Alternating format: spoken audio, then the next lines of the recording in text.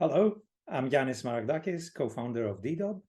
And what I'd like to do today is offer a brief introduction and tutorial for using Watchdog, Dedaub's all-inclusive, comprehensive security system that includes functionality for static analysis, dynamic analysis, monitoring of smart contracts and transactions. And we're going to walk through all the different functionality areas of Watchdog and see if we can answer some common questions and give you an idea, give you the flavor of the software. So I'll just share my screen here and start from the login screen of the system of Watchdog. And let's assume that I've set up already my password and all. And I start with a default screen that's not empty. I have already predefined some filters.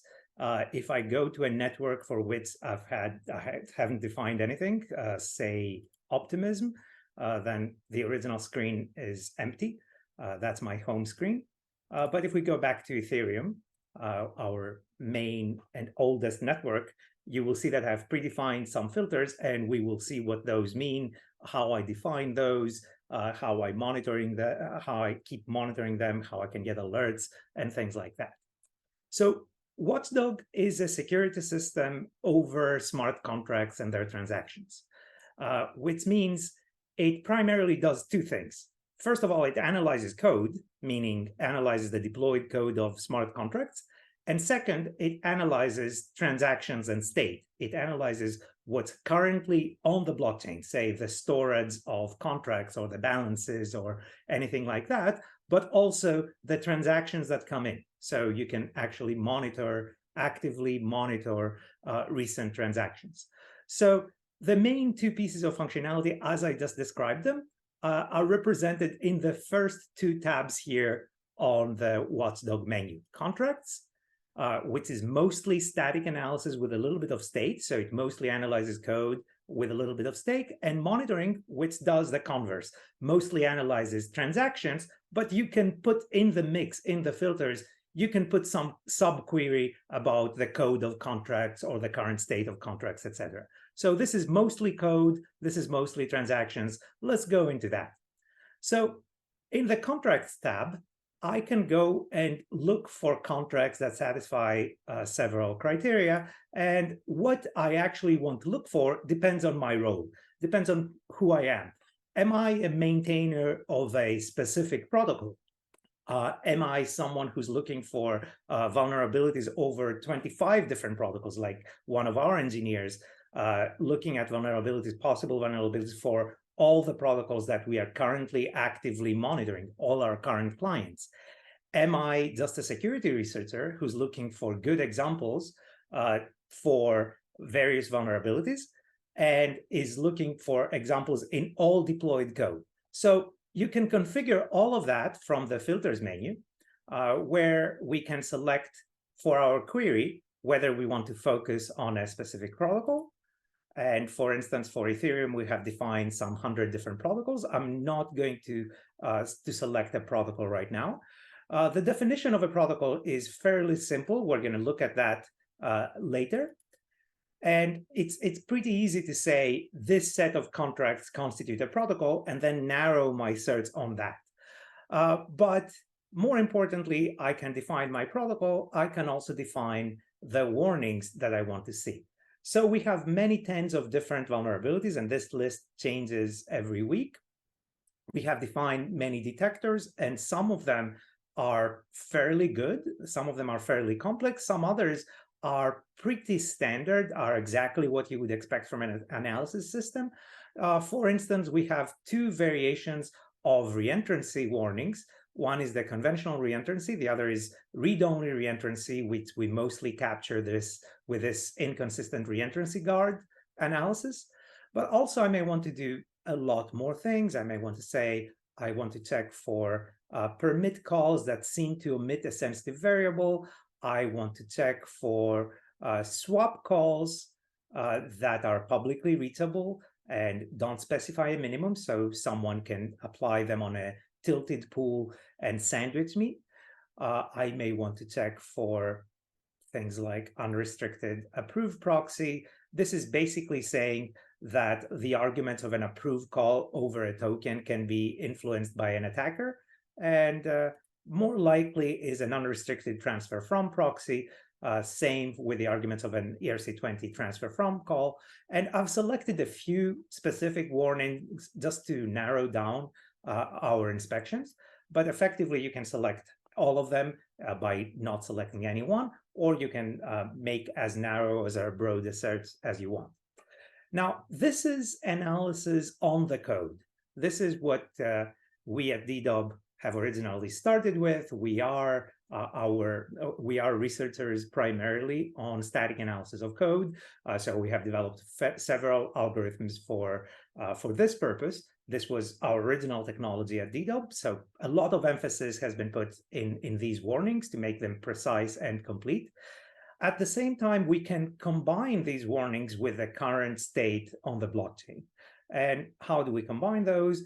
The easiest way is we have some predefined primitive filters. So for instance, our filters could say, I'm only interested in contracts deployed in the last 7 days or the last 90 days. I'm only interested in contracts that have an allowance by some account, and that account has a balance in the token of the allowance. So for instance, I could select this, although it actually may restrict some of my valid warnings, because for reentrancy, I don't want any of that. So actually, I will not check that. This is mostly valuable for transfer from, unrestricted transfer from. And I can also say it's a contract that has many recent transactions, has a high balance, or I can actually combine it, all the high balance and high allowance in a primitive filter called large value. By the way, all of this should be explained on tooltips, which I'm not sure if tooltips are part of the Zoom recording here, but a tooltip, when I hover my mouse over this, will explain the meaning of the primitive filter, as it will explain the meaning of the warning up here.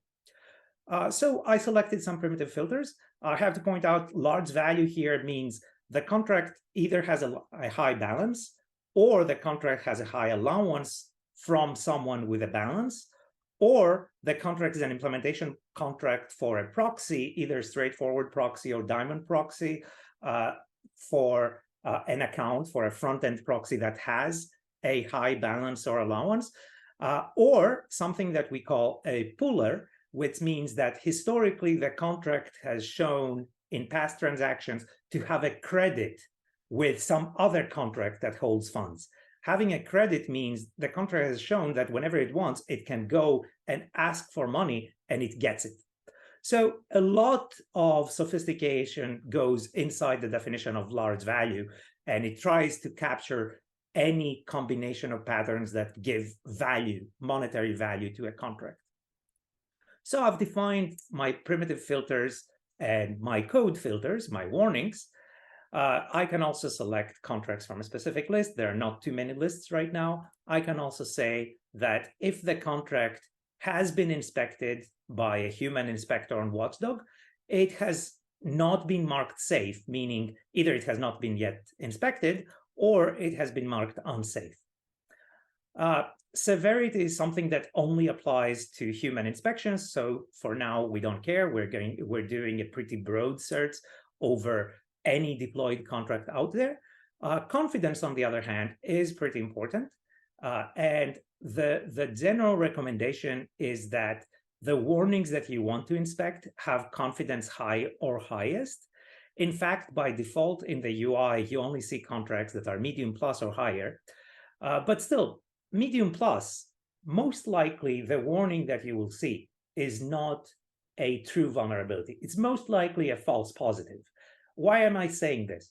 I'm saying this because it's a medium plus, meaning the analysis has already seen enough evidence to disqualify it as a high or highest. The analysis has seen that, yeah, there is this that might have been vulnerable if it was on its own, but I see some protection mechanisms that probably prevent the attack. So medium plus is something that you want to inspect if you really, really want to be extra sure. It's typically when you have, it's typically something you do when you have a small set of contracts to inspect. For anything broader, you probably want to go to high or highest. The medium plus warnings are more likely than not false positives. And in the contract filtering, we can also do queries for substrings inside source code or on decompiled code. But in any case, I'll just leave this as a very broad query for now. I'm not going to look for patterns. I'm only going to look for these specific vulnerabilities.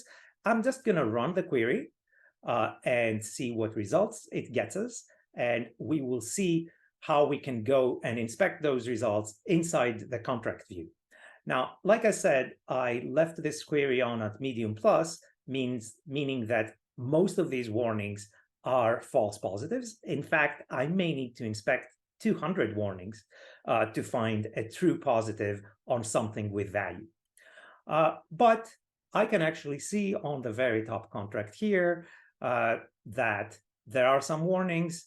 There's nothing that's really a high warning except for an arithmetic error that's also most likely a false positive. It's not one of the top categories of warnings. In fact, I didn't even put it in my filter. This contract matched because of the reentrancy and not because of the rest, because I did set reentrancy at medium plus. Everything else is either medium or I didn't set it. So that's why this contract matched, but I see there are actually 6 warnings on it. Now let's go and actually inspect this contract just to get an idea of what we actually encounter when we inspect warnings. The contract is a token, so the first view that opened is one that shows the balance. We have to actually go inside the code and inspect the warnings. So I'm going to a source view. As you may know, at Dedaub, we have a great decompiler, the best decompiler for EVM bytecode. So many people come to our free service, contract library, in order to see the decompiled view of a contract, especially contracts with no source code. But in this case, we do have source code. Just very briefly, I will flash our decompiled view. As you can see, our decompiler has reverse engineered many storage locations, many public and private functions. And we could actually, if we didn't have source, it's workable with significant effort. It's possible to go through this and see what the contract does, but it's certainly not easy. It's much easier to browse the source code. This contract is verified, it's deployed with source code. And if we look at the warnings that we actually saw flagged before in the view, you see here the show likely or show all button. This is what toggles the default view. Like I said earlier, by default, all the warnings that we see are medium plus and above. So you see here of the 6 warnings that we identified before, only 4 are shown. If I click on all 6 will be shown. And now we are going to go and focus on the warning we care about, which is this reentrancy warning, which we could actually go and find out a little more about it. It's a reentrancy warning for a transfer from call, it seems here, with a description that's reachable from either deposit or mint. So there's an external call to transfer from, reachable from deposit or mint. I bet it's this underscore deposit function. And this looks like pretty standard code. So I'm just going to do a search for the underscore deposit function and see if we can get the transfer from here. Indeed, it's wrapped inside the safe transfer from library. This didn't trouble the analysis. It recognized this right away. And it says, if this token here was a token that would allow reentrancy, it would make a callback to the sender, the receiver, the sender of funds, then there would be a reentrancy vulnerability here. And here we see exactly a demonstration of why this is a false positive, because WETH9, which presumably is the WETH9 contract, does not allow reentrancy. It does not perform a callback to the message sender. So, and this is why this is a medium plus warning and not a high warning or a highest. So we saw this warning right away. We know it's a false positive. I can actually go and inspect that. and add that this is a false positive as expected because it's a medium plus. So I will just say false positive token does not make callbacks and is fixed. And I didn't inspect further, so I'm not 100% sure that it's fixed, but I think from the decompiled code that we briefly saw that this was an immutable value, the WETH9, so it is a fixed contract address, and indeed it does not allow for reentrancy, so we just inspected the vulnerability here. So that's roughly the workflow of inspecting vulnerabilities. I could show you actual vulnerabilities. Obviously, all of them have either been disclosed to the respective protocols, or right now they're not exploitable. So for instance, there may be a vulnerability in the code, but not a vulnerability in terms of the contract having high value in tokens that are exploited. But we got with this a pretty good idea of the static analysis functionality of Watchdog, of the inspections that we can perform based on warnings that we got on the contract code. So this is the contracts tab on Watchdog. The next pillar on which Watchdog rests is monitoring. And this is transaction monitoring for transactions that come in actively as we speak. So what does transaction monitoring really let us do? Transaction monitoring lets us define, using a variant of SQL, define very simple queries which effectively play the role of bots. They are bots that monitor what's actively happening on the blockchain and can give us warnings, can issue alerts, they can notify us off-chain, so we can get Slack warnings or Telegram warnings or whatever we want. I personally get emails as well. But I can define dynamic filters on transactions. These are incrementally maintained. So every time I will only be warned about the changes since the last time, if I so select, and I will get a notification whenever this alert fires, or I can define a webhook and I can trigger any follow-up service based on that. So let's get very quickly an idea of our variant of SQL and what kinds of things we have defined. I have a very simple query here, TC recipients. This is basically all the accounts that have gotten funds from Tornado Cash. And in the duration here, I put 90 days. And you can see the SQL definition of this query. In fact, I materialize this query, I make it a permanent table, and I build other queries on top of that. So as you can see, it's basically selection projection statements in SQL. It just says, I want the recipient from Tornado Cash withdrawals, and I want the block number. And where do I get those? What is Tornado Cash withdrawals? Tornado Cash withdrawals is the table transaction detail.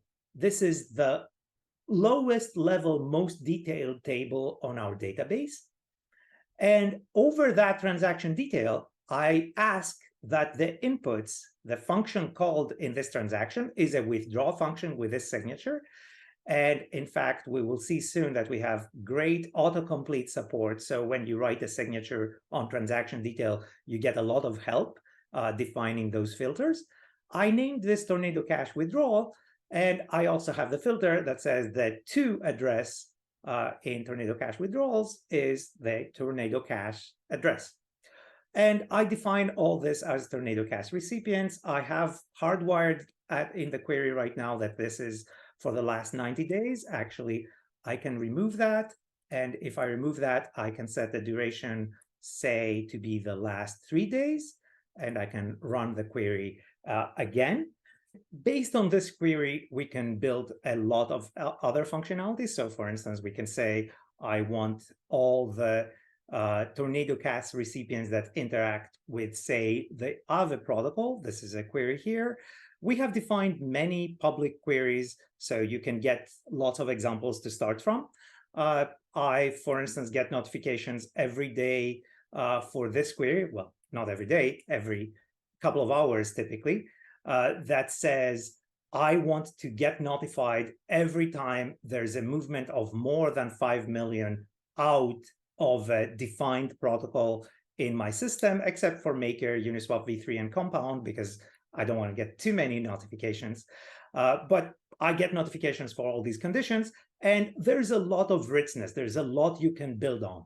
Now, for every filter, you can set the duration. You can set the alert screen and how exactly you will be getting alerts, whether to materialize the query as a table and build on top of that other queries, whether you actually incrementalize a query, whether it's public or private, et cetera, et cetera. And if you want to have a quick look at our tables, like what's the vocabulary for defining these queries, you can see that our database defines a set of common tables here. And for every network, we have another set of tables, and primarily the lowest level table is transaction detail, although there is good support for it to help you when you type in, when you match various columns of that table. You can see that there's a ton of detail in transaction detail. You can have you can match on the program counter of the caller, on gas used, maximum gas or gas used, and of course, block number, call value, whether the transaction is committed, the VM step. You can define nested transactions, etc. Most likely, you will not work with a transaction detail table. You may work with higher level tables, such as token allowance, token balance, etc. So for instance, here in this query, the movement of money out of protocol, I'm using here a macro, I'm using a table token ledger. And token ledger here is actually giving me a way to talk about the token address that has changed and about the amount that has changed in there. So let's see exactly how we do this. So we do a selection of the transaction, and we use a macro to USD value from t.value delta, and t is my token ledger. So value delta is what I'm reading from inside the token ledger, and it's this column here. And at the same time, I'm reading the token address, and I'm passing this on to a macro to USD value, and I'm getting the US dollar value of the delta of the change in the token ledger for that token address.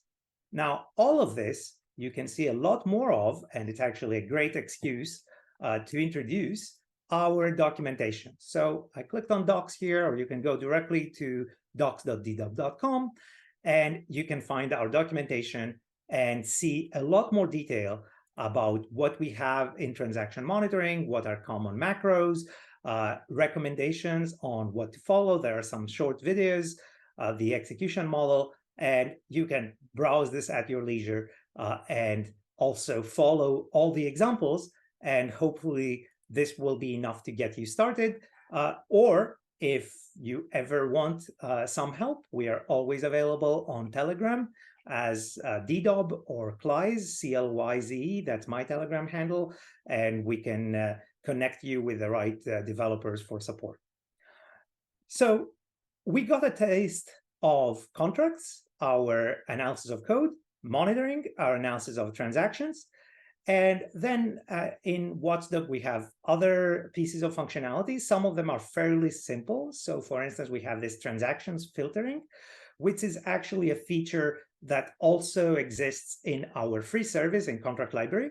It's a very powerful transaction filter in the sense that it lets me match any number of elements, and they look like pretty straightforward elements, but it's any number of elements inside the transaction at whatever level of nesting. It could be an inner transaction. So for instance, I may want an event that's called transfer, and I'm going to get, hopefully the first one is a good common transfer event, and a function called withdraw or withdrawal, let's say. Let's find that. Now, I have no idea whether this is a common function signature, the withdrawal, but when I write those two, and I can add any other number of filters, it basically says, go and find me all transactions that ever occurred that call this function at any level, maybe an internal transaction, and emit this event at any level. And you can clearly see that you can customize this filter quite a bit. And as it turned out, we were lucky. We got lots of transactions, but not far too many. So we see roughly 10 transactions per 24-hour period that satisfy this criteria. And clearly, you can make this a very powerful filter and do what you want. And the final tab in our top-level Watchdog functionality is the Reports tab. This is mostly useful for products that we at Dedaub are actively monitoring. And why am I saying this? It's because the main thing that you will get out of a report, this is a report that we typically may issue, say, quarterly, every 3 months to monitor projects. And the report does give some background on all the issues that have been analyzed, everything that has been detected on the project. But the main item of information is what a human inspector has inspected. And in this case, the human inspectors looked at the vulnerabilities, found 14 that are worth inspecting. They had high severity. They were of a kind that's worth inspecting. And they dismissed those warnings with inspection detail messages such as, looks like one needs to burn tokens they already have for the transfer to take place. So this is a false positive. This was a dismissed vulnerability warning. But that's the main thing that one gets from the report. But they get this together with a whole lot of statistics over the possible vulnerabilities that were analyzed or bad smells in the code that were analyzed. So back to our regularly scheduled programming, we went over all the main menus in Watchdog, except for Home, which we saw up front. And Home effectively is my panel that gives me cumulative statistics for contract warnings that I have already defined. So every one of those really is a warning. It's a filter on contracts that have already defined exactly the same way as we saw earlier.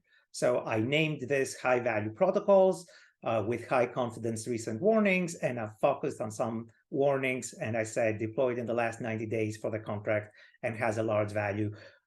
Not too dissimilar from the demo query that we did.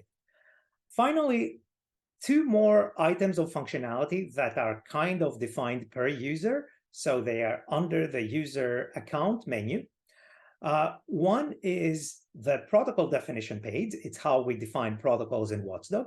And we'll browse this really quickly because there's nothing very special about it, but it is a very powerful functionality. Let's say I'm not going to do it fully, but let's say I want to define a new protocol. Actually, I don't want to give it a name. I will just go and edit one of the existing protocols. What I'm doing when I'm defining a protocol such as ZXDAO, 0xDAO, is I'm giving an address and I'm saying this address is the deployer of contracts for the protocol, or this address is a contract for the protocol that was not found using the deployers, or this address is a deployer, is a factory for protocol contracts. So any of that is a way to define, to give a definition of what actually constitutes the whole protocol. So that's how we define protocols in Watchdog. And as I was saying, we have already defined many tens of protocols on different networks. Just either they are clients and we've needed to monitor them at some point, or we just decided that they form a good set of contracts to group together as a protocol, and perhaps someone will monitor them and may find a potential vulnerability. The final piece of functionality that I want to talk about, which is pretty major, is the functionality of uploading to Watchdog projects under development. Now, the reason I'm not going to go very much into that is that there's not that much to it inside Watchdog. In our documentation, there's actually a very simple recipe that you can follow so that whenever you want, you can upload a snapshot of your project under development. assuming you're building your project with Foundry or Hard Hat, there's support for Truffle as well, but everyone nowadays is Hard Hat or Foundry. So you can very, very easily upload a snapshot of your project on Watchdog so that you can apply all the analysis on code that's under development and not already deployed. So as you saw, I've uploaded some snapshots. I haven't given them names. Now, we're not going to go into too much detail here, but you can see that we get the same kinds of warnings as we saw over deployed contracts, and probably the font is too small for you to read on the video, but there's a full description of all the warnings, all the files that got uploaded from this snapshot from my Git repo and got analyzed. And I can get statistics on how long it took for those to be analyzed, again, if the pop-up shows well on the video. So with that, I think we got a really good idea of Watchdog, an overview of its functionality. Again, it's a comprehensive security system. It analyzes code and it monitors transactions. And there are interactions between the two. So for instance, we can write a code query and say, but I want this to apply over contracts that have had recent transactions or that have had a high balance or that do have a high allowance right now. And conversely, in transactions, I could say I want a query that will monitor all transactions over contracts that have these warnings in the static analysis, in the code analysis. So there's interesting interplay between these two pieces of functionality, the analysis of contracts and the monitoring of transactions, even though primarily they remain separate. One is over the code and the other is over behaviors, over the execution of the code. So with this, I thank you for your time, and hopefully this was useful. Thank you.